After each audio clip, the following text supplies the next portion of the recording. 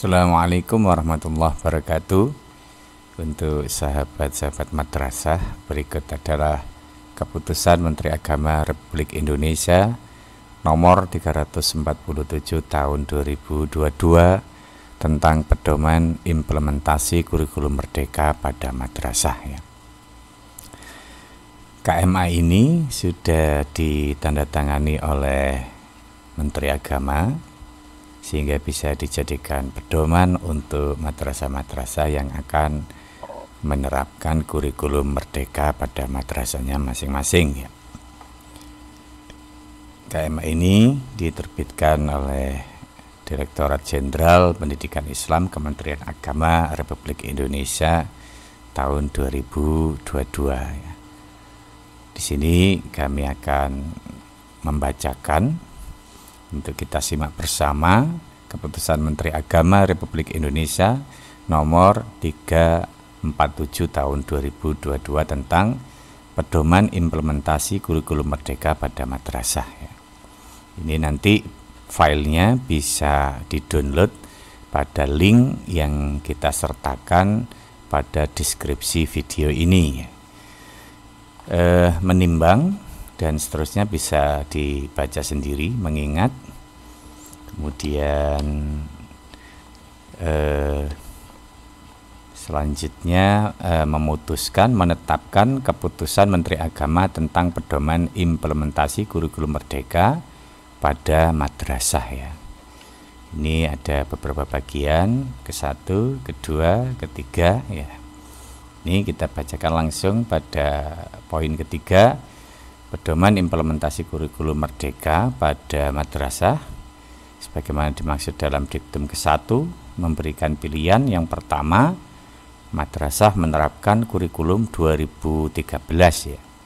Jadi madrasah pada tahun pelajaran 2022-2023 masih diberikan kesempatan untuk menerapkan kurikulum 2013 dengan standar isi, kompetensi inti, dan kompetensi dasar yang ditetapkan oleh pemerintah dengan memberi kewenangan madrasah melakukan kreasi dan inovasi dalam mengembangkan kurikulum operasional di masing-masing madrasah ya.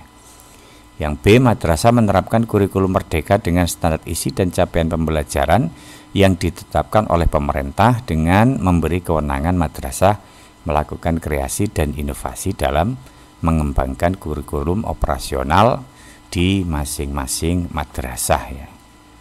Jadi ada istilah kurikulum operasional ya. Kemudian yang keempat, implementasi kurikulum bagi madrasah yang menerapkan kurikulum 2013 sebagaimana dimaksud dalam diktum ketiga huruf A. Yang pertama, A, standar isi, KI, KD mata pelajaran selain PAI dan Bahasa Arab berdasarkan ketetapan dari Kementerian Pendidikan, Kebudayaan, Riset, dan Teknologi.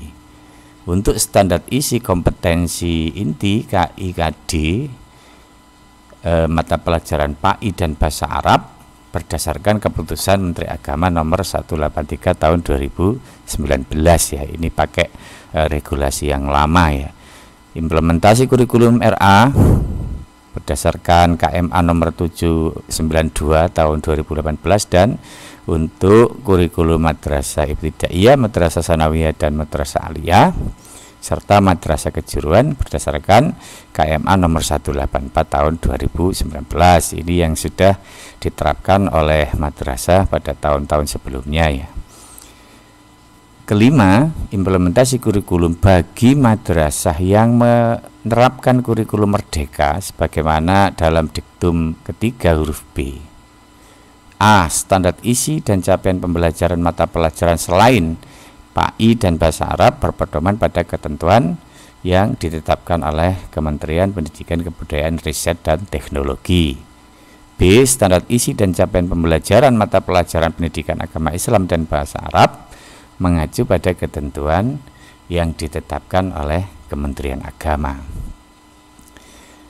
Bagian ke-6, penerapan implementasi kurikulum merdeka pada sebagaimana dimaksud dalam diktum kelima, A. Kurikulum merdeka diterapkan di madrasah secara bertahap mulai tahun pelajaran 2022-2023. Ini maksudnya nanti bagi madrasah yang menerapkan kurikulum merdeka diterapkan pada kelas awal dulu ya. Misal nanti kita ada penjelasan di lampiran ya. Jadi dari kelas awal, kemudian misalkan kalau madrasah aliyah kelas 10 dulu, tahun berikutnya ditambah kelas 11, tahun berikutnya ditambah kelas 12 ya. Ini yang dimaksud secara bertahap ya. B. Kurikulum merdeka diterapkan pada RA, MIMTS, dan MA dan MAK secara terbatas pada madrasah percontohan atau piloting yang ditetapkan oleh Direktur Jenderal Pendidikan Islam. Jadi nanti madrasah-madrasah yang akan menerapkan kurikulum merdeka pada kelas awal tahun pelajaran 2022-2023 itu hanya madrasah-madrasah tertentu saja atau madrasah percontohan atau piloting kurikulum merdeka. Ketujuh, ketentuan mengenai beban belajar dan linearitas guru yang mengajar pada madrasah yang menerapkan kurikulum merdeka ditetapkan oleh Direktur Jenderal Pendidikan Islam. Kedelapan, keputusan ini mulai berlaku pada tanggal ditetapkan di Jakarta pada tanggal 5 April 2022. Menteri Agama Republik Indonesia Yakut Khalil Kaumas ya.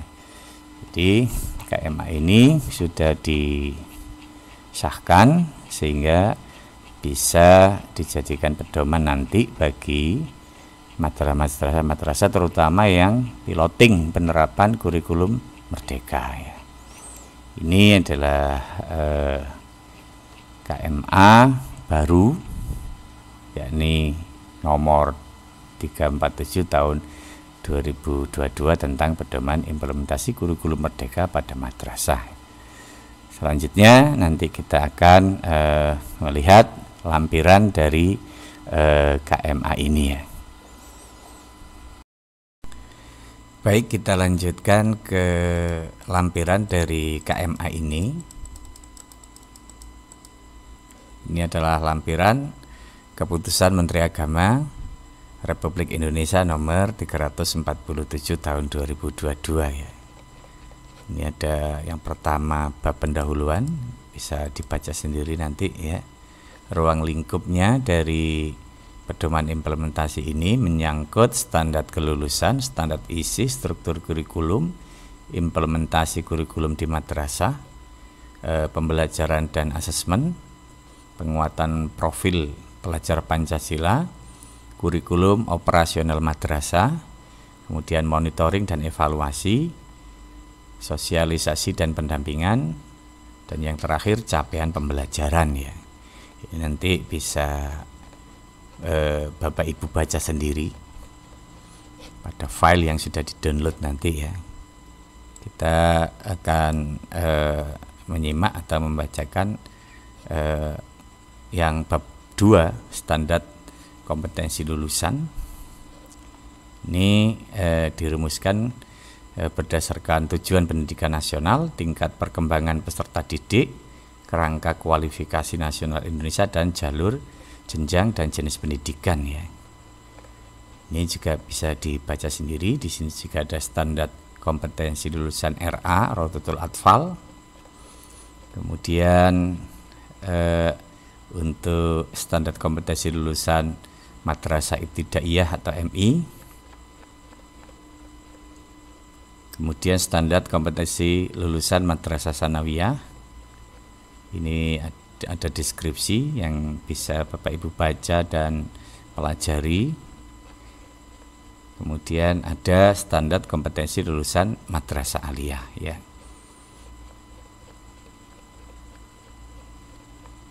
Oke, ini bisa Bapak Ibu baca, dipelajari dan difahami atau didiskusikan ya. Ini juga ada standar kompetensi lulusan untuk Madrasah Aliyah Kejuruan atau MAK ya. Oke, kita lanjut bab 3 standar isi pendidikan agama Islam dan bahasa Arab ya. untuk kurikulum merdeka ya. Standar isi ini dirumuskan secara rinci di ruang materi berdasarkan muatan wajib, konsep keilmuan, jalur jenjang dan jenis pendidikan ya. Kemudian ada standar isi PAI dan bahasa Arab, bisa dibaca sendiri, disimak dan dipelajari. Kemudian nanti langsung kita masuk ke bab berikutnya ya. Sekali lagi ini ada sekitar 60 halaman ya. Ini ada standar isi PAI dan bahasa Arab untuk madrasah ibtidaiyah ya.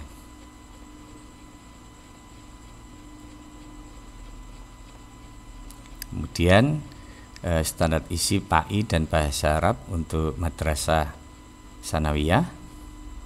Semuanya terdeskripsikan di sini secara rinci. Kemudian ini dilanjut standar isi PAI dan bahasa Arab untuk madrasah aliyah. Ada PAI Al-Quran Hadis, ada mata pelajaran yang lain yang termasuk dalam PAI.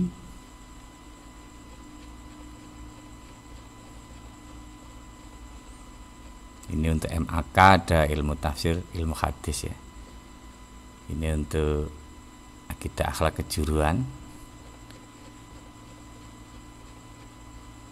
Bisa dibaca dan disimak di KMA ini. Kemudian kita lanjut ke bab 4 ya. Bab 4 nih, yakni struktur kurikulum.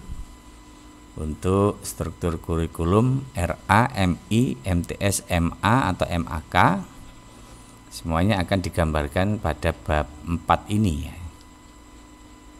Kita lihat ini adalah struktur kurikulum pada MI ya. Jadi nanti struktur kurikulum pada MI ini secara umum struktur kurikulum pembelajaran intrakurikuler MI dibagi menjadi 3 fase. Fase A untuk kelas 1 dan kelas 2. Fase B untuk kelas 3 dan 4, sedangkan fase C untuk kelas 5 dan 6 ya. Ini ada struktur kurikulumnya, ada mata pelajarannya, kemudian di sini ada durasi waktunya ya. Durasi waktu ini durasi waktu per tahun ya.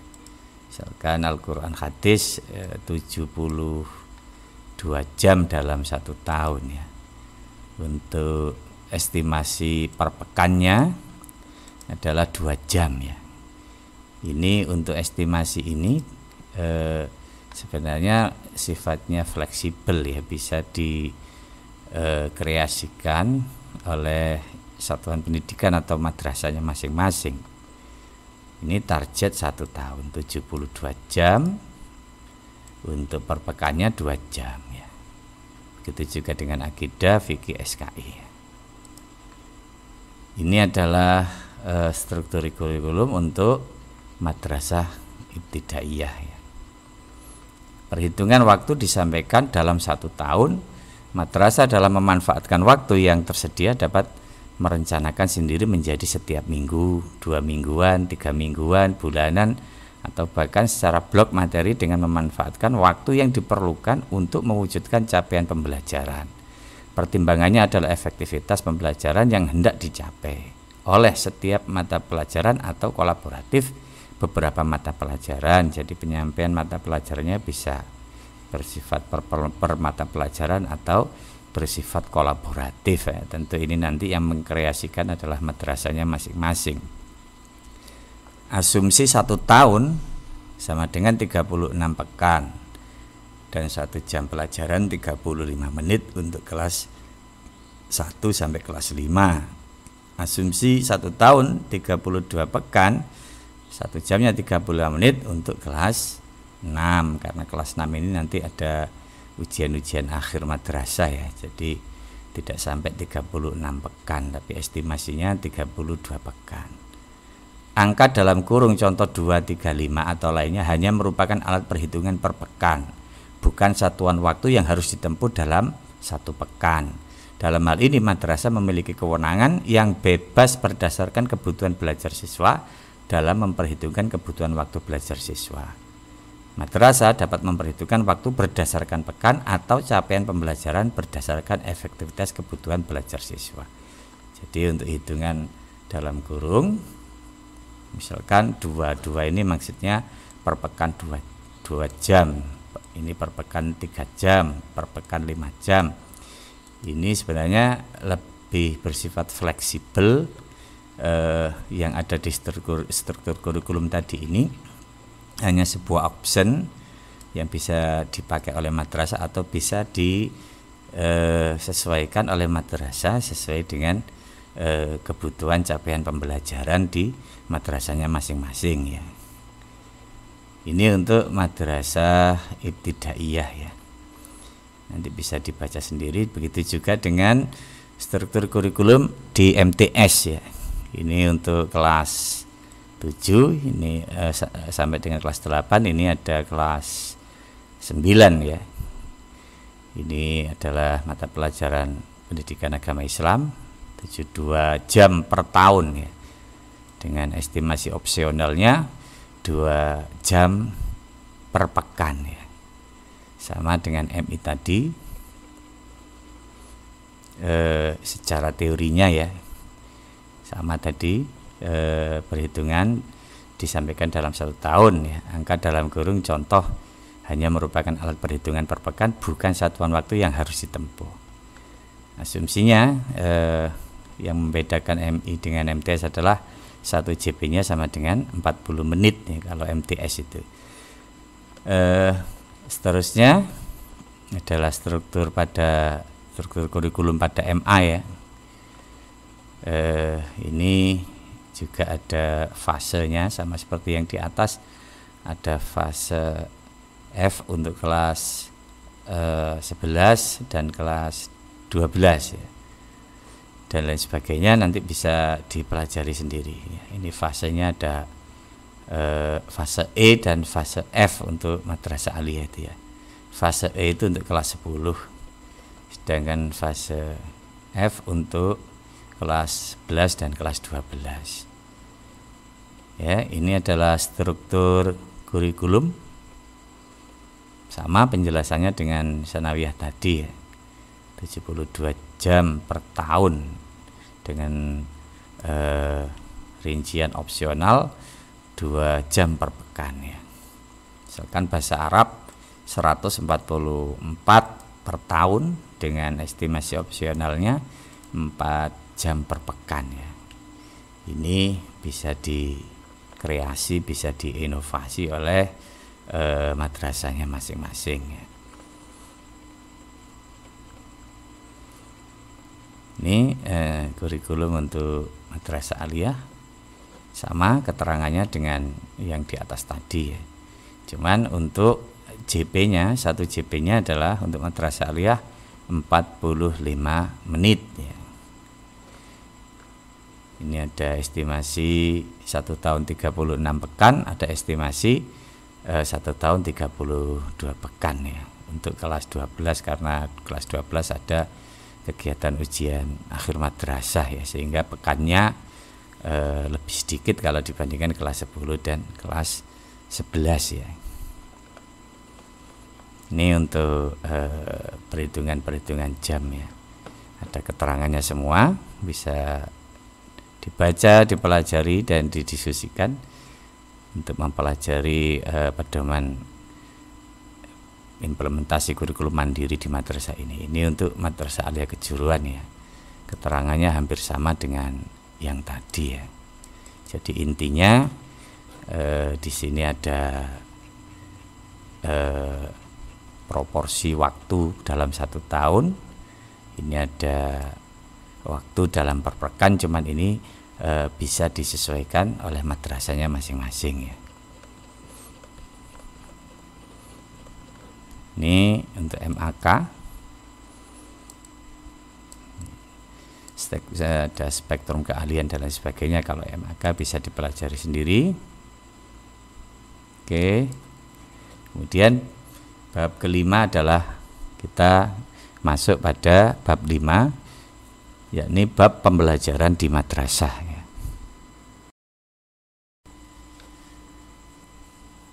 Untuk bab 5, yakni tentang pembelajaran di madrasah, proses pembelajaran di madrasah merupakan satu kesatuan aktivitas yang saling terpadu yang meliputi perencanaan, pelaksanaan, dan penilaian atau asesmen pembelajaran ya.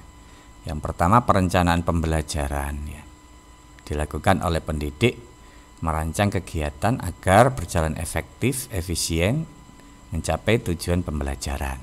Perencanaan dilakukan untuk memastikan bahwa guru melakukan persiapan dengan baik dan seterusnya ya. Perencanaan pembelajaran sedapat mungkin disusun secara sederhana, simpel dan mudah untuk dilaksanakan ya. Salah satu bentuk perencanaan pembelajaran berupa rencana pelaksanaan pembelajaran atau RPP ya. Jadi guru mempersiapkan dalam proses pembelajaran di perencanaan ini adalah berupa rencana pelaksanaan pembelajaran atau RPP ya. Pelaksanaan pembelajaran merupakan interaksi peserta didik dengan pendidik dan sumber belajar pada suatu lingkungan belajar.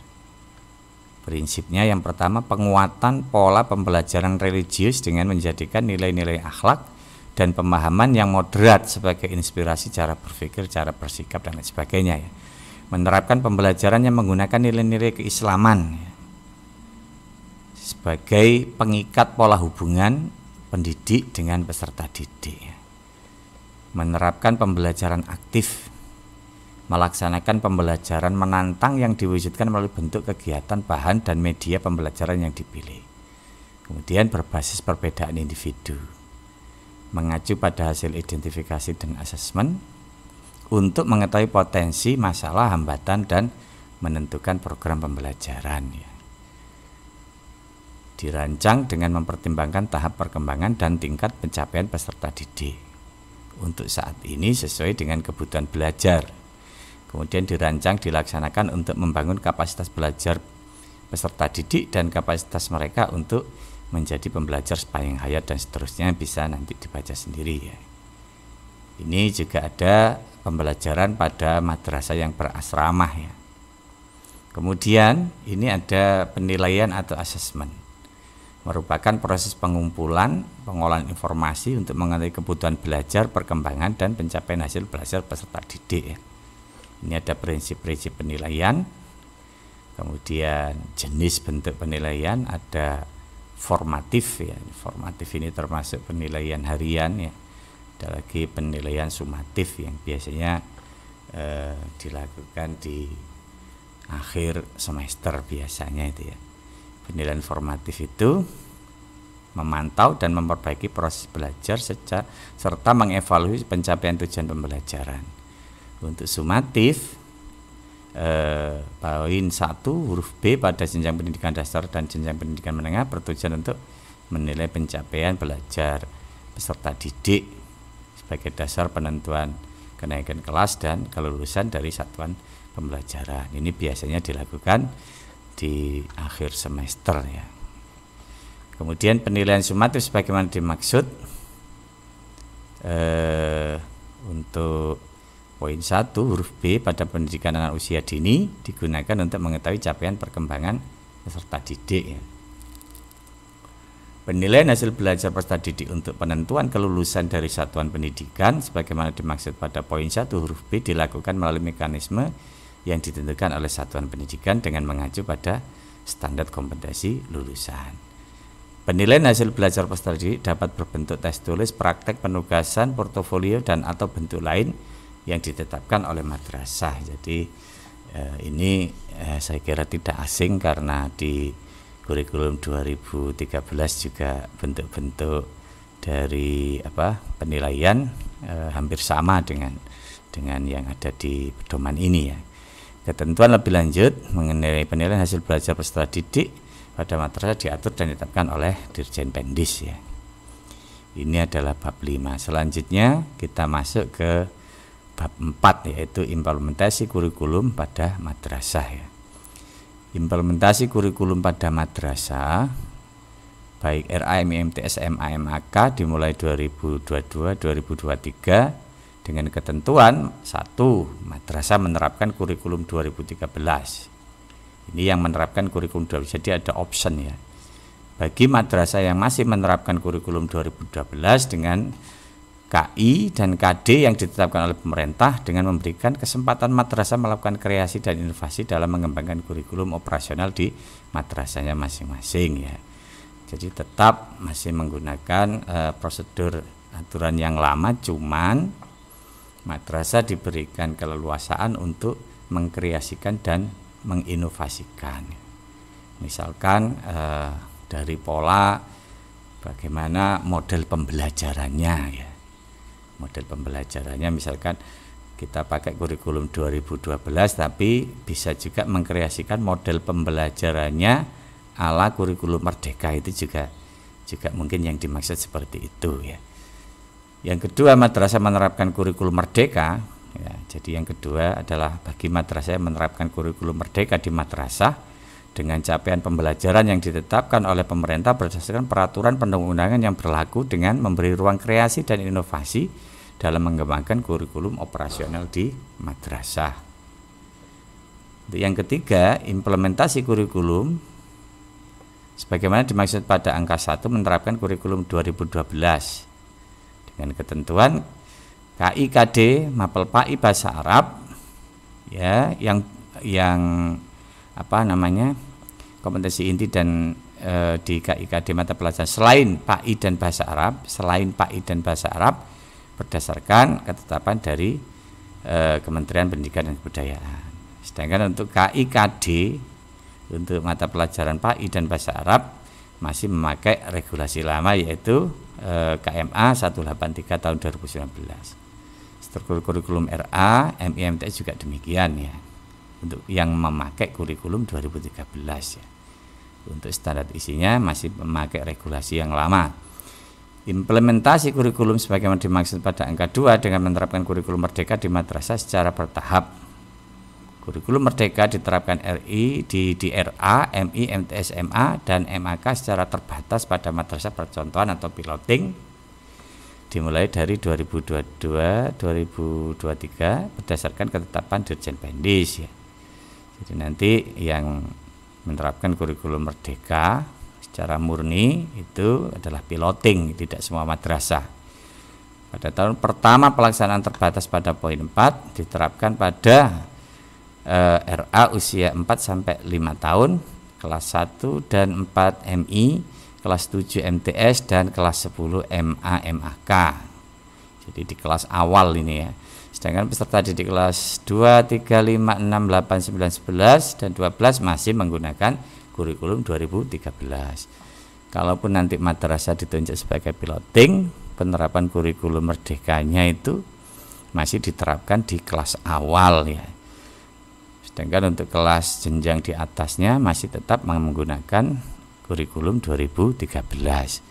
Pada tahun kedua diterapkan, berarti tahun 2024 nanti ya, itu untuk RA usia 5 sampai 6 tahun, untuk kelas 1, 2, 4 dan 5 MI ditambah kelas 5 berarti ya, untuk kelas 7 dan 8 ditambah kelas 8 dan kelas 10 dan 11 ditambah kelas 11 ya. Sedangkan peserta didik kelas 3, 6, 9 dan 12 masih menggunakan kurikulum 2013.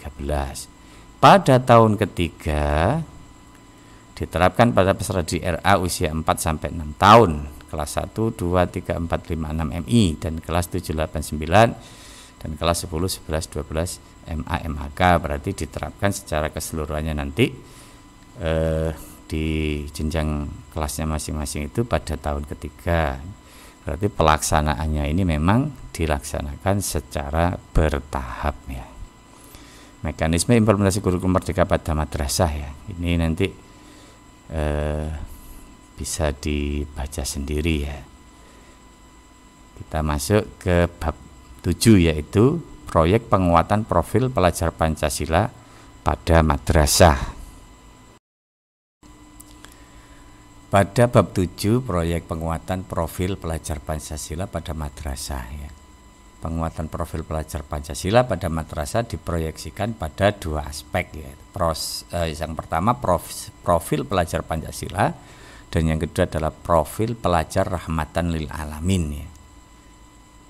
Pelajar Pancasila adalah pelajar yang memiliki pola pikir, bersikap dan perilaku yang mencerminkan nilai-nilai luhur Pancasila ya. Dan lain sebagainya nanti bisa dibaca ya. Untuk pelajar rahmatan lil alamin adalah proses pelajar Pancasila di madrasah yang mampu mewujudkan wawasan, pemahaman dan perilaku tafaqquh fiddin sebagaimana kekhasan kompetensi keagamaan di madrasah ya. Ini ciri khas dari madrasah ya, tafaqquh fiddin ya, karena basisnya adalah basis keagamaan ya. Pelajar Pancasila yang rahmatan lil alamin mengajak untuk memberikan kedamaian, kebahagiaan dan keselamatan untuk sesama manusia serta semua makhluk ciptaan Allah Subhanahu wa taala, Tuhan yang Maha Esa. Proyek penguatan profil pelajar Pancasila ini juga ada profil pelajar rahmatan lil alamin tergambar semua, bisa dipelajari sendiri di SK ini ya. Kemudian ada proyek penguatan profil pelajar Pancasila di RA ya. Ini ada tema-tema aku sayang bumi, aku cinta Indonesia, bermain dan bekerja sama, imajinasiku, imajinasi dan kreativitasku dan lain sebagainya. Ada proyek penguatan profil pelajar Pancasila pada tingkat MI, MTS, MA dan MAK ya. Ini bisa dibaca, dipelajari di SK ini. Sekali lagi silakan download pada link pada deskripsi video ini. Deskripsi tentang profil pelajar Pancasila dan pelajar rahmatan lil alamin ya. Nih semuanya sudah digambarkan pada lampiran KMA ini ya. Termasuk beban proyek penguatan profil pelajar Pancasila dan pelajar rahmatan lil alamin ya. Perangkat ajar ya, contoh perangkat ajar yang disediakan oleh pemerintah sebagai berikut. Yang pertama, model proyek penguatan profil pelajar Pancasila. Ini nanti ada modulnya yang sudah disediakan oleh pemerintah. Begitu juga modul proyek profil pelajar rahmatan lil alamin ya. Ini bisa dijadikan bahan untuk guru di dalam nanti melaksanakan pembelajaran yang menyangkut pembentukan profil pelajar Pancasila dan pelajar rahmatan lil alamin ya. Modul ajar ini merupakan dokumen yang berisi tujuan, langkah dan media pembelajaran serta asesmen yang dibutuhkan dalam satu unit atau topik berdasarkan alur tujuan pembelajaran. Ada lagi buku teks ya. Buku teks terdiri dari buku teks utama dan buku teks pendamping ya. Kemudian ada bab 8 kurikulum operasional madrasah. Untuk mewujudkan madrasah yang mandiri, unggul dan memiliki daya saing ilmu pengetahuan dan nilai-nilai religius yang mencerminkan hubungan batin guru dan murid, maka madrasah diberi kewenangan dan keleluasaan dalam mengembangkan kurikulum operasional madrasah atau kurikulum tingkat satuan pendidikan ya. Jadi bahasanya itu adalah kurikulum operasional sekarang untuk kurikulum merdeka ya. Pengembangan kurikulum operasional pada madrasah dengan ketentuan kurikulum operasional yang digunakan di madrasah dikembangkan oleh madrasah dengan mengacu kepada struktur kurikulum yang sudah ditetapkan oleh pemerintah yang sudah kita bahas di bab sebelumnya tadi ya. Kurikulum operasional yang dikembangkan menunjuk kesesuaian dengan karakteristik dan kebutuhan peserta didik dan lain sebagainya ya. Ini bisa dibaca sendiri. Ada lagi bab 9 sosialisasi dan pendampingan implementasi kurikulum merdeka pada madrasah. Sosialisasi, pendampingan, implementasi kurikulum merdeka pada madrasah dilaksanakan oleh kementerian di tingkat pusat, dalam hal ini Direktorat Jenderal Badan Litbang dan Balai Diklat, Kanwil Kementerian Agama Provinsi, dan Kantor Kementerian Agama Kabupaten Kota. Sosialisasi dapat dilaksanakan oleh KKM, KKRA, MGMP, KKG sesuai dengan kondisi madrasahnya masing-masing ya. Itu juga ada kegiatan pendampingan ya, untuk penguatan bantuan teknis kurikulum mandiri pada madrasah. Bab 10, monitoring evaluasi pelaksanaan kurikulum ya. Monitoring dan evaluasi pelaksanaan kurikulum merdeka di madrasah bertujuan untuk menjamin bahwa implementasi kurikulum merdeka di madrasah berjalan optimal sesuai harapan ya. Monitoring ini pada madrasah pelaksana kurikulum merdeka menyangkut hal-hal satu, struktur kurikulum, dokumen capaian pembelajaran dan lain sebagainya. Ini nanti bisa dibaca sendiri. Monitoring evaluasi pembelajaran pada madrasah pelaksana kurikulum merdeka pada madrasah dilaksanakan oleh kementerian dan dapat melibatkan Balai Litbang, Kanwil Kemenak Provinsi, Kanwil Kemenak Kabupaten Kota, Komite Madrasah Masyarakat, madrasah pelaksana kurikulum merdeka, jabatan fungsional tertentu, pengawas, dan pengembang teknologi pembelajaran. Ini bab terakhir adalah bab penutup ya. Ini adalah sekilas tentang lampiran dari Keputusan Menteri Agama Republik Indonesia nomor 347 tahun 2022 tentang pedoman implementasi kurikulum merdeka pada madrasah. Saya kira itu gambaran sepintas tentang KMA ini, mudah-mudahan bermanfaat. Kami berharap apa yang kita sampaikan ini ada guna dan manfaatnya. Terima kasih. Assalamualaikum warahmatullahi wabarakatuh.